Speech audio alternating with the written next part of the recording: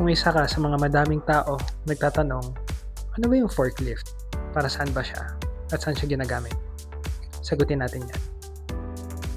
So ginagamit ang forklift pangkuha ng mga mabibigat na items sa matataas na parte ng warehouses para mapunta to sa delivery truck at ma-deliver to sa destination.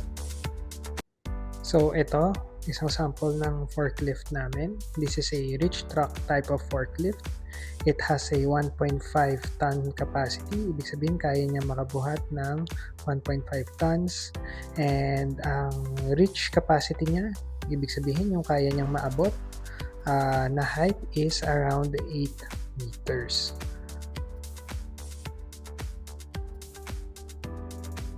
And makikita naman natin dito after mababa ng mga forks, yan yung mast, and yan yung fork, yan yung nagsusupport sa mga mabibigat na buhatin sa matataas na mga racking sa warehouses. And kapag merong hindi kaya maabot na paloob sa rackings ng warehouses, meron din siyang reach-in capacity. Ayan, makikita nyo, lumalabas at pumapasok din ang fork.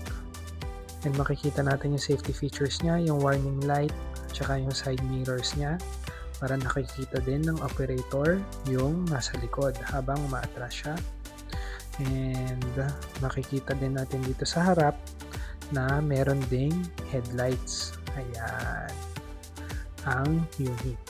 Kasi kailangan din ng mga ilaw dahil merong mga warehouses na mga madidilim ang loob ng warehouse. So quick walk around lang tayo sa unit natin para makita natin yung unit natin in a 360 degree angle. And if ever meron kayong needs for lifting, message nyo lang kami. Ilalagay ko yung aming details and link dito sa baba. So, ayan. Salamat sa panonood mga kabuhat. Kung may tanong kayo, send us a comment or a DM. And kung meron kayong heavy equipment needs, ito ang details namin. Ayun lang. So, see you next video. Bye-bye.